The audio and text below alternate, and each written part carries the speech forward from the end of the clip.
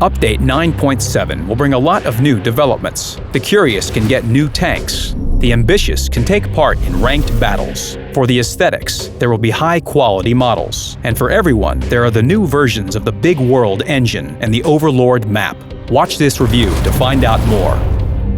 Before Update 9.7, the French tech tree, while accurate, was a bit boring. There were branches for each vehicle type with only a single transition between them. Now, there are other interesting options. You can start researching light tanks with the new two vehicles, the FCM-36 or Renault R35. The alternative path to heavy tanks starts after the H-35. The new Somua S-35, Sarl 42, and Renault G1 are more dynamic than the current vehicles. The final two new vehicles are at the top of the medium tank branch. They are like the icing on the cake. Meet the alternatives to the Lorraine and the Bochet 25T, the AMX-30 prototype, and the AMX-30B. The main difference between new and old vehicles is that the new tanks have no autoloader. These new tanks are quite similar. The AMX-30B develops the ideas put into its precursor, so it has better characteristics. And this is logical when comparing vehicles in Tier 9 and Tier 10. Their weapons are very much like the German guns. The gun is very accurate, with high damage per shot, armor penetration value, and rate of fire. Its damage per minute can be compared to that of vehicles of the same tier. In general, this gun is excellent in all parameters. Among the advantages of the new French tanks are their good angles of gun elevation and depression.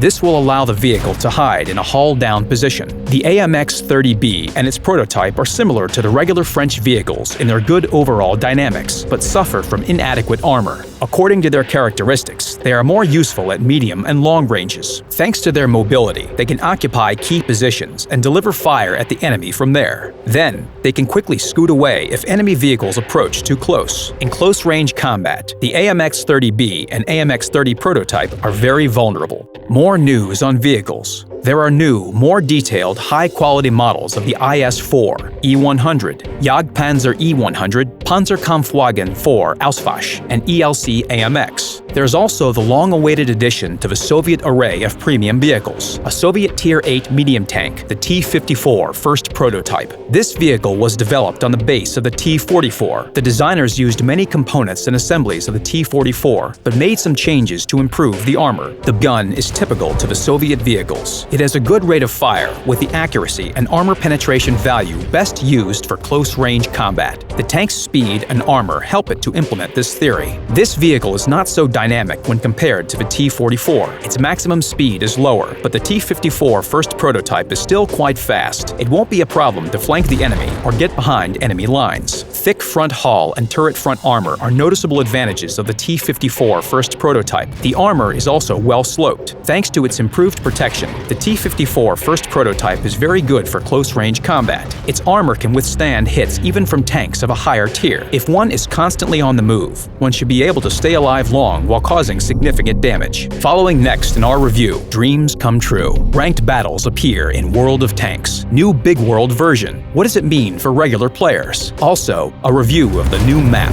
Overlord.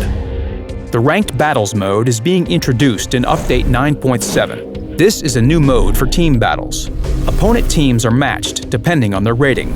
This rating is not personal, but applies to the team as the whole. Opponent teams will thus be roughly equal in strength. Victories in ranked battles bring ranked points, as well as additional credits and special marks of distinction. Watch the special video to learn more details about ranked battles and how this system will work.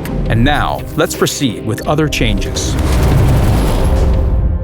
The Big World game engine was updated to version 2.8.1. There will be no massive changes right now, but the new version of Big World will allow wargaming to optimize some game components and create the base for different features. Many small details were improved and fixed. For example, the hit and penetration marks were reworked. Some interface elements were also fixed. An interface scaling option was added for the support of displays with high resolutions. Also, there are a number of lesser changes. Many SPGs have their view range reduced by 30 to 50 meters. Combat reserves can now be used in the Strongholds mode in skirmishes of the Absolute Division. Let's proceed to the news on map building.